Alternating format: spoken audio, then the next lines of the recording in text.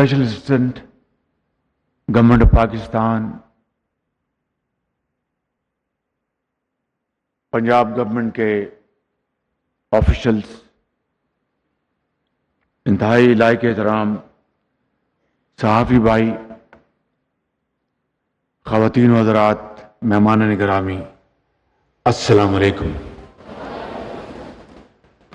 آج بہت عرصے کے بعد مجھے دانش اسکول کے اور اس قوم کے عظیم ہونہار طلباء و طالبات سے ملاقات کا موقع ملا ہے، اور یہاں پہ جو بچے اور بیٹیاں تشریف لائیں اور اپنی کہانی انہوں نے خود سنائی، وہ بہت موٹیویٹنگ تھی۔ بہت میرا ایمان تازہ ہوا اور یہ جذبہ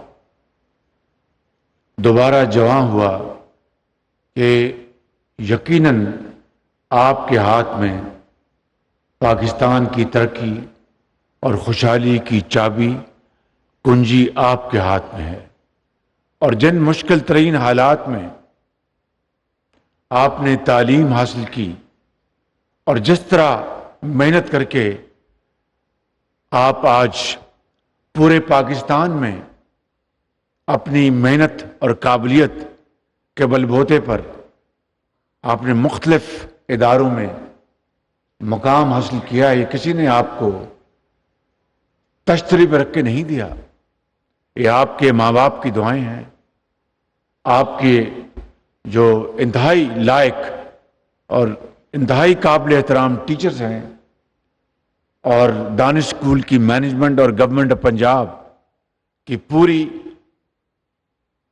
سپورٹ، اس کے نتیجے میں میں سمجھتا ہوں کہ آپ نے اس ہال میں نہیں، پورے پاکستان کے کروڑوں لوگوں کا آپ نے سر فخر سے بلند کیا ہے۔ یہاں پہ ابھی ہم نے وہ تانیہ بیٹی کی بات سنی، وہ سامنے بیٹھی ہیں، ان کے دونوں والدین اس دنیا سے چلے گئے، والد بھی دنیا سے چلی گئیں اور والدہ بھی۔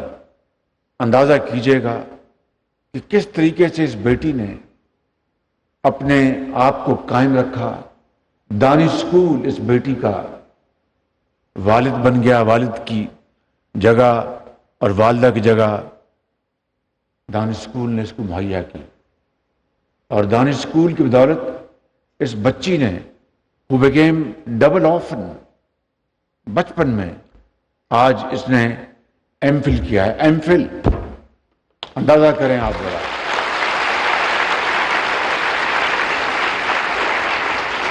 اور ایم فل کیا ہے انگریزی میں۔ کتنی فخر کی بات ہے ہم سب کے لیے، اور میں سمجھتا ہوں کہ جب میں نے دانش اسکول بنانے کا فیصلہ کیا تھا تو شدید مخالفت ہوئی تھی، اشرافیہ نے بھرپور مخالفت کی، سرداروں نے بڑی مخالفت کی، امیروں نے بڑی مخالفت کی کہ شہباز شریف دانش اسکول کے اوپر پیسے ضائع کر رہا ہے۔ یہ ایک دانش اسکول جس قیمت میں بنے گا، اس سے 10 اسکول عام بن جائیں گے۔ تو جب ایچ این کالج بنا تھا تو اس کو تو آپ کو کیوں نہیں خیال آیا تھا؟ جب مرے کالج بن رہا تھا، گارڈن کالج بن رہا تھا، لارنس کالج بن رہا تھا، تو اس کو تو آپ کو کیوں نہیں خیال آیا؟ اب آج دانش اسکول کی بات ہو رہی ہے، اس کی بنیاد رکھی جا رہی ہے، جہاں پر اور ان بچوں کے لیے، قوم کے ان عظیم بیٹوں اور بیٹیوں کے لیے جو انتہائی ذہین ہیں، انتہائی قابل اور محنتی ہیں، ان کے اوپر ایچ این کالج کے لوہے کے دروازے بند ہیں ان کے اوپر، اس لیے وہ کسی سردار کا بیٹا نہیں ہے، کسی امیر کا بیٹا نہیں ہے۔ وہاں پر سردار اور افسران اور وزیروں اور کبیروں اور وزیر اعظم اور گورنروں اور صدور کے بیٹے جاتے ہیں، لیکن دانش اسکول ان بچوں کے اوپر مکمل طور پر، یہ ایچ این کالج اور اس طرح کے دوسرے اسکول پورے پاکستان میں بند تھے. تو میں نے کہا کہ مجھے ان کی مخالفت کی کوئی پرواہ نہیں، اور اللہ کا نام لیا، اور پورے جنوبی پنجاب کے دور افتادہ علاقوں میں جہاں پر ٹیلے تھے، جہاں پر ریتلی زمین تھی، کچھ نہیں تھا، وہاں پر دانش اسکول ہم نے بنائے اللہ تعالیٰ کے فضل و کرم سے. اور آج دیکھ لیجئے گا کہ کتنی ایک اعتماد کے ساتھ یہ بیٹیاں یہاں پر بات کر رہی تھیں. وہ جو بچی جو اب پیکجز میں ہے، اس بیٹی کا کیا نام اس کی؟ مقدس. اب دیکھیے کہ ان کی 4 بہنیں ہیں اور ان کی والدہ اس دنیا میں نہیں ہے، انجینئر بن گئی. ابھی مجھے ایک بچہ یہاں ملا، مجھے اس نے ہاتھ ملایا، اس کا نام ہے کیپٹن سعید، وہ فوج میں ہے. تو مجھے آپ بتائیے کہ یہ دانش اسکول بنا کر میں نے کوئی گناہ کیا؟ میں سمجھتا ہوں کہ میرا بس چلے تو پورے پاکستان میں ہزاروں دانش اسکول بنا کر اس قوم کو ہم عظیم بنائیں گے انشاءاللہ.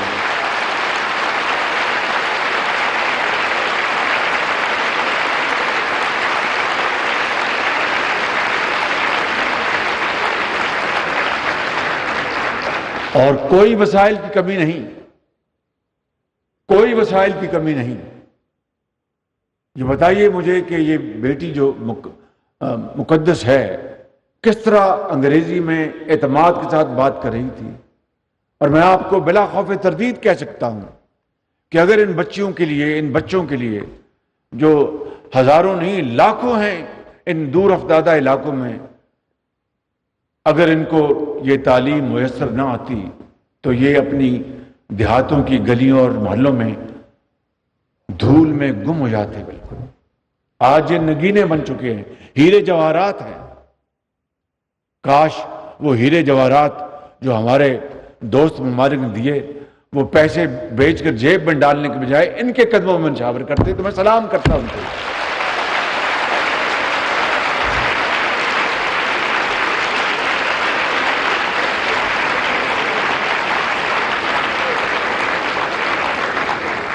کاش وہ 50 ارب روپیہ 190 ملین پاؤنڈ وہ فراڈ کے ذریعے سپریم کورٹ کے اکاؤنٹ میں جمع نہ ہوتا اور وہ پاکستان کے خزانے میں آتا اور اس سے پورے ملک میں دانش اسکول بنائے جاتے تو میں اس حکومت کو سلام کرتا کہ انہوں نے اس قوم کے لیے بہت بڑا کام کیا ہے. لیکن میں سمجھتا ہوں کہ کس اور سب کو چور اور ڈاکو بنایا گیا اور ملک کو کنگال کر دیا گیا. لیکن پریشانی کی کوئی بات نہیں. اب اس بچی کے لیے جو تانیہ بیٹی ہے اور یہ بچہ جی انعام اللہ، اب مجھے کیا پتا تھا کہ 10-15 سال بعد یہ بچہ ڈاکٹر بن جائے گا اور ویٹنری یونیورسٹی میں عزت کے ساتھ وقار کے ساتھ رزق حلال کمائے گا. اور یہ ایک انعام کی کہانی نہیں، یہ دانش اسکولوں اور سینٹرز آف ایکسلنس 50,000 بچے جو ہیں اور بیٹیاں اس قوم کی اس تعلیم سے مستفید ہو رہی ہیں. اور میں سمجھتا ہوں کہ اس کے لیے ہمیں جتنی بھی ہم کوشش کریں وہ کم ہوگی، کیونکہ تعلیم کے بغیر کوئی قوم ترقی نہیں کر سکتی. ابھی میں نے 4 دن پہلے میری بات ہوئی میرے بھائی جو صدر ہیں یو اے کے محمد بن زائد صاحب سے، اور میں نے ان کا شکریہ ادا کیا کہ آپ نے ہمیں اس مشکل وقت میں آپ نے ہمیں بچایا اور $1 ارب کا آپ نے اسٹیٹ بینک میں پیسہ جمع کرایا اور اس طرح ہمارا IMF کا پروگرام بنا سعودی عربیہ کی مدد سے اور چین کی مدد سے. آپ مجھے بتائیں کہ ٹھیک ہے ان کے پاس تیل ہے اور اللہ ان کو مبارک کرے اور دے ان کو، لیکن کیا یہ دانش اسکول کے عظیم اسکالرز یہ کسی بھی اثاثے سے کم ہیں؟ اگر اس قوم کے بچوں اور بچیوں کو یہ مواقع ملیں کہ ان کے لیے تعلیم کے حصول کے لیے وسائل مہیا کریں. تو اگر ہم نے اس قوم کے وسائل کو برباد کرنا ہے، میں نے آپ کو یہ 2 مثالیں بتائیں، مگر اس سے پہلے بات بڑھانے سے پہلے میں انتہائی شکر گزار ہوں وزیر اعلیٰ پنجاب محسن نقوی صاحب کا اور آئی جی پنجاب کا کہ انہوں نے قوم کی اس بیٹی تانیہ کے لیے ابھی مجھے یہ ان کی تقرری کا آرڈر دیا ہے. بیٹی آپ کو گورنمنٹ آف پنجاب میں آپ کو جاب دے دیا گیا. یہ لیجیے، آئیے.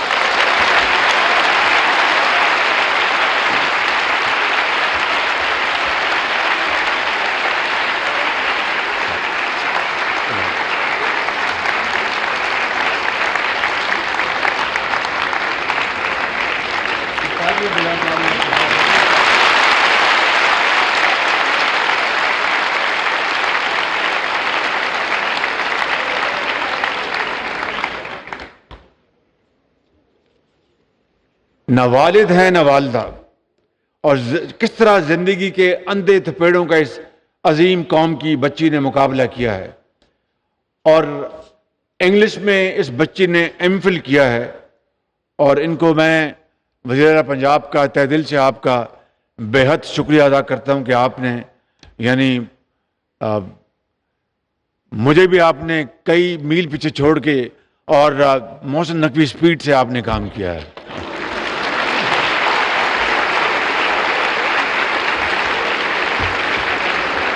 اور ان کو آئی جی پنجاب نے ان کو ان کی جو اپوائنٹمنٹ کی ہے وہ وکٹم سپورٹ آفیسر جو جی تحفظ مرکز میں اس بچی کو یہ جاب ملا ہے.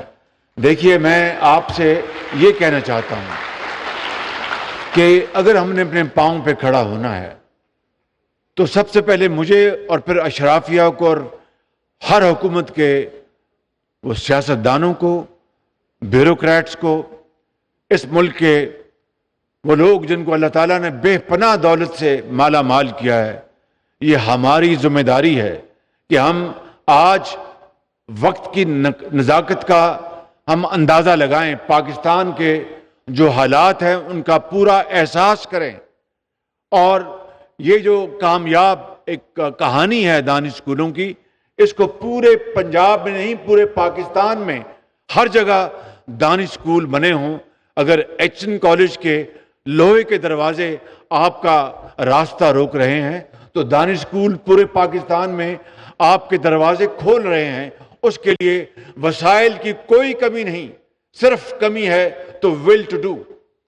اور میں آپ کو آج اپنے رب کو گواہ بنا کر کہتا ہوں انشاءاللہ کہ اگر اللہ تعالیٰ نے ہمیں اگلے الیکشن میں موقع دیا تو نواز شریف کی قیادت میں اللہ تعالیٰ کے فضل و کرم سے پورے پاکستان میں دانش اسکولوں کا ایک جال بچھا دوں گا انشاءاللہ تعالیٰ.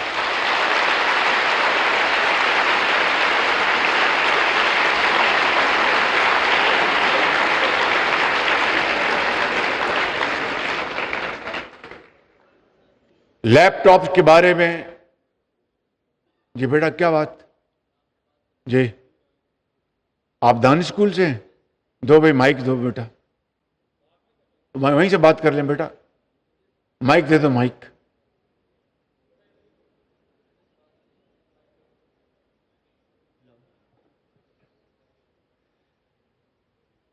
سر میں دانش اسکول چشتیاں کا اسٹوڈنٹ ہوں ایکس، اور فی الحال میں علامہ اقبال میڈیکل کالج میں فرسٹ ایئر MBBS کا اسٹوڈنٹ ہوں.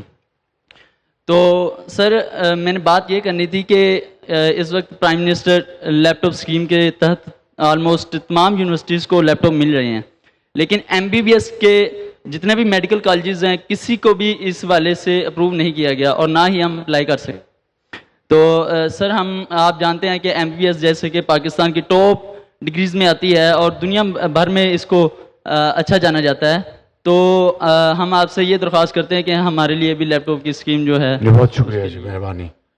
یہ بڑا جائز آپ کی بات ہے. میں وزیر اعلیٰ پنجاب محسن نقوی صاحب کی خدمت میں گزارش کروں گا کہ آپ لیپ ٹاپ کی اسکیم پنجاب میں اس کا دوبارہ اجرا شروع کر دیں. یہ بہت بڑی کنٹریبیوشن ہوگی.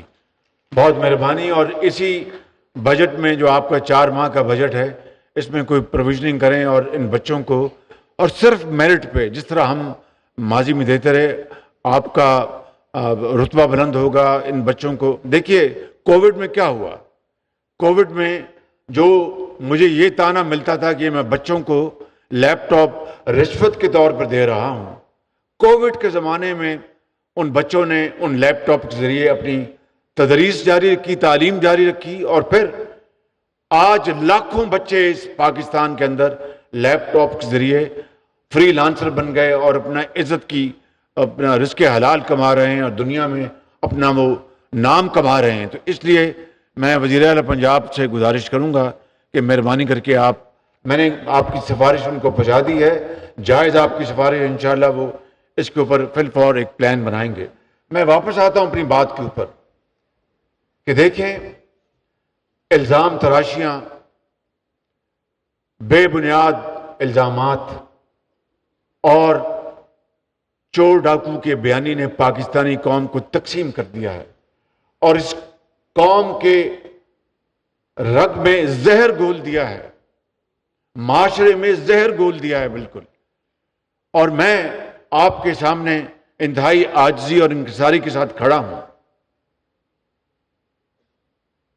15 مہینے ہو گئے ہیں ہماری حکومت کو.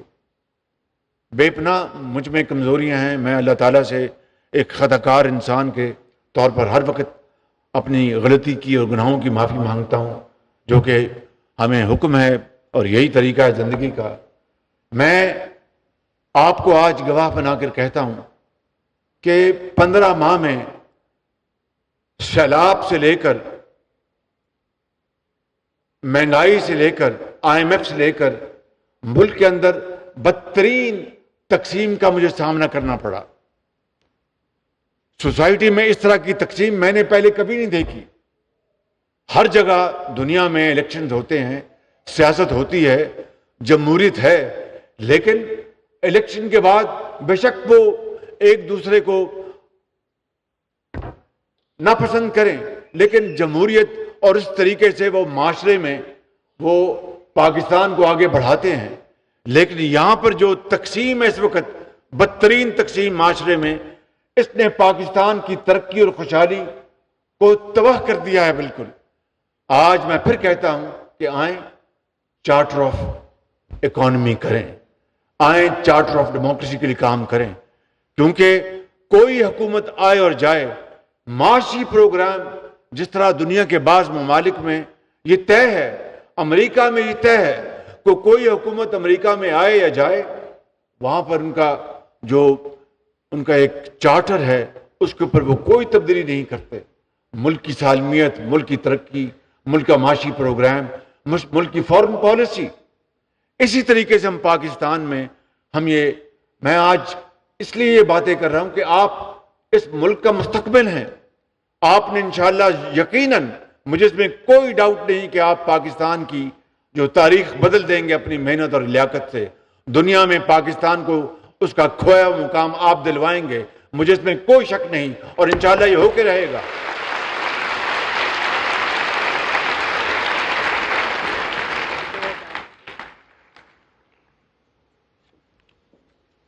تو اس لیے چارٹر آف اکانومی, یہ صحافی محترم بھائی میرے سامنے بیٹھے ہیں, اس کے اوپر بات کریں, قوم کو اس کے اوپر لے کے آئیں. اب دیکھیے کہ میں جانتا ہوں کہ کس طرح IMF کے ساتھ ہم نے منتیں کر کے یہ پروگرام کیا ہے. لوگ کہتے تھے کہ بعض لوگ کہتے تھے جناب پاکستان IMF کا پروگرام نہ بھی ہوا تو پاکستان ڈیفالٹ نہیں کرے گا. خدا کرتا کہ ایسا نہ ہوتا, لیکن ڈیفالٹ اگر نہ بھی کرتا تو IMF کے پروگرام کے بغیر وہ ہماری ایک مجبوری بن گیا تھا. ہمارا ڈالر کے ساتھ روپے کا تعلق کیا ہوتا, روپیہ کہاں جا رہا ہوتا, ڈالر کہاں جا رہا ہوتا, اسٹاک ایکسچینج کہاں جا رہا ہوتا, اور تمام دنیا کے جو ملٹی لیٹرل جو فائنینشیل انسٹیٹیوشن ہیں انہوں نے اپنے دروازے ہم پہ بند کر دینے تھے. آلریڈی پہلے ہی جو امپورٹس ہماری ہیں انڈسٹری اور صنعت اور زراعت کے لیے, اس میں ہم نے اس کو کم کیا ہوتا تھا تاکہ ڈالر بچائیں. اگر آئی ایم ایف کے ساتھ پروگرام نہ ہوتا تو ہمیں امپورٹس اور کم کرنی پڑتی ڈالر بچانے کے لیے. اس سے پھر کیا ہوتا؟ صنعتوں کی چمنیوں سے دھواں نکلنا بند ہو جاتا, مزدور بے روزگار ہو جاتے, ہماری ایکسپورٹس پروڈکشن وہ زمین بوس ہو رہی ہوتی. ایک عجیب نیا ایک بحران پیدا ہونا تھا جس کا کوئی اندازہ نہیں کر سکتا. اور سب سے بڑھ کر مجیب الرحمان شامی نے قیامت تک مجھے کہنا تھا کہ شہباز شریف کے دور میں ڈیفالٹ ہوا. نیازی صاحب نے قیامت تک مجھے کہنا تھا کہ شہباز شریف کے دور میں ڈیفالٹ ہوا. جب میں اس دنیا میں سے چلے جاتا تو میری قبر پہ کتبہ لگتا کہ جناب تمہارے دور میں ڈیفالٹ ہوا. تو یہ ڈیفالٹ اگر خدا نخواستہ ہوتا تو یہ 15 مہینے کا نتیجہ تھا؟ نہیں, یہ 75 سال کا قصہ ہے. یہ 75 سال کا قصہ ہے جس میں پولیٹیکل اور ملٹری ڈکٹیٹرشپ سب نے اس میں حصہ ڈالا. اور اشرافیہ کا سب سے بڑی ذمہ داری اشرافیہ کی ہے. تو میں یہ کہنا چاہتا ہوں کہ آج ہمیں ہوش کے ناخن لینے چاہیے. اللہ تعالیٰ کا بے پایاں فضل و کرم ہے کہ آئی ایم ایف کا پروگرام ہو گیا, ڈیفالٹ کا خطرہ ختم ہو گیا. لیکن اب ہمیں, اور میں اس کو بریدنگ سپیس کہتا ہوں, بریدر ہے یہ, بریدر یعنی سانس لینے کا موقع ملا ہے. اب ہمیں اس کو کنورٹ کرنا ہے ایک بہت بڑی اپرچونٹی میں. وہ تبھی ہوگا کہ ایک ویژن کہ ہم نے اپنی صنعت کو کس طرح آگے لے کے جانا ہے, ہم نے اپنی زراعت کو کس طرح آگے لے کے جانا ہے, ہم نے ان ڈاکٹرز کو. اب دیکھیے اس قوم کی یہ عظیم بیٹی ایم فل کر لیا دانش اسکول اور پھر یونیورسٹی میں گئی, ایم فل کر لیے انگلش میں, جاب نہیں مل رہی اس کو. آج اگر یہ پروگرام نہ ہوتا تو نہ جانے زندگی کے اندھے تھپیڑے اس کا مقدر ہوتے. اور یہ کوئی, میں سمجھتا ہوں کہ کوئی فیور کی بات نہیں, یہ کوئی احسان نہیں, اس کا حق تھا. اشرافیہ کے بچے اور بیٹیاں وہ تو دنیا کی بہترین یونیورسٹیوں میں نارتھ امریکہ میں اور جنوبی فرانس میں پڑھ سکتے ہیں. اشرافیہ مجھ سمیت یہ سیاستدان اور بڑے بڑے عہدوں پر, بڑی بات سنیں ذرا غور سے پلیز, بڑے بڑے عہدوں کے اوپر جو موجود ہیں وہ حکومت کے خرچے کے اوپر اپنے بچوں اور بچوں کا علاج باہر کرا سکتے ہیں. مگر غریب کے بچے کو جعلی دوائی ملے اور وہ ہسپتال میں دم توڑ جائے دوائی اور علاج کے بغیر, یہ قائد کا پاکستان نہ تھا نہ ہے. اور اقبال نے جو پاکستان کے لیے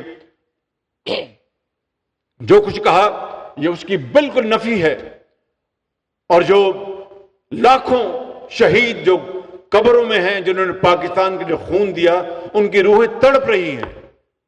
میں سمجھتا ہوں کہ آج ہمیں ہوش کے ناخن لینے چاہیے, آج ہمیں اپنے گریبانوں میں جھانکنا چاہیے.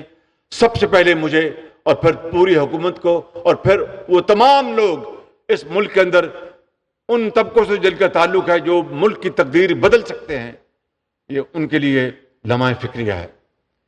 اور میں سمجھتا ہوں کہ اگر آج ہم مل بیٹھ کر اپنے اختلافات دفن کر کے اگر ہم ایک ہو جائیں تو پھر کوئی مشکل, کوئی رکاوٹ ہمارے راستے کی زنجیر نہیں بن سکے گی. لیکن اس کی شرط یہ ہے کہ ہم یہ فیصلہ کریں کہ ہم نے اپنے بچوں کو, بچیوں کو تعلیم کے زیور سے آراستہ پیراستہ کرنا ہے. ہم نے غریب, کیا یہ ایک وجہ بن جائے کہ غریب کو تعلیم نہ ملے, علاج نہ ملے, اس کو مواقع نہ ملے؟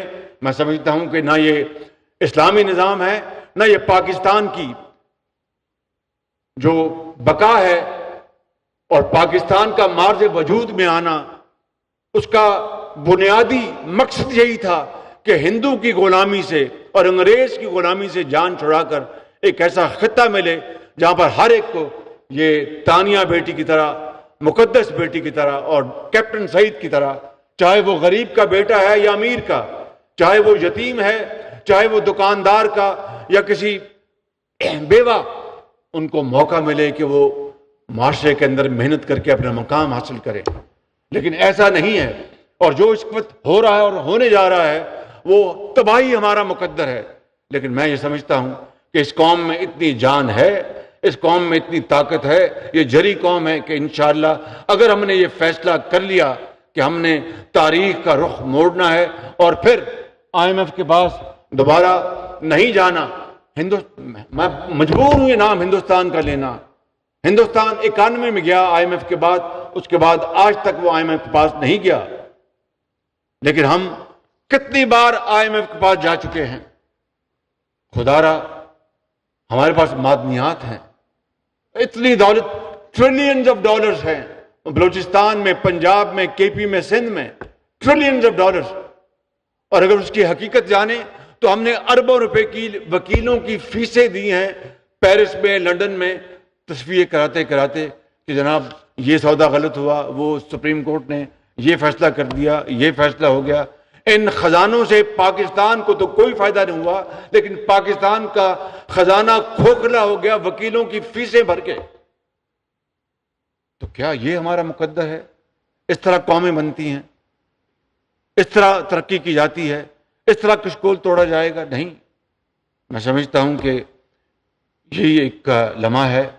اس لمحے کو ہم بالکل اپنے سینے سے لگائیں, فیصلہ کریں کہ ہم نے اپنی تقدیر بدلنی ہے, تو پھر انشاءاللہ یہ تقدیر اللہ تعالیٰ بدل دے گا.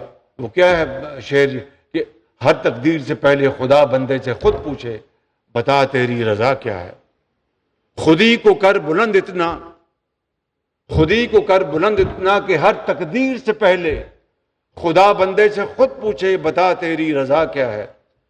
یہ تانیہ, یہ ہے اس کی مثال. یہ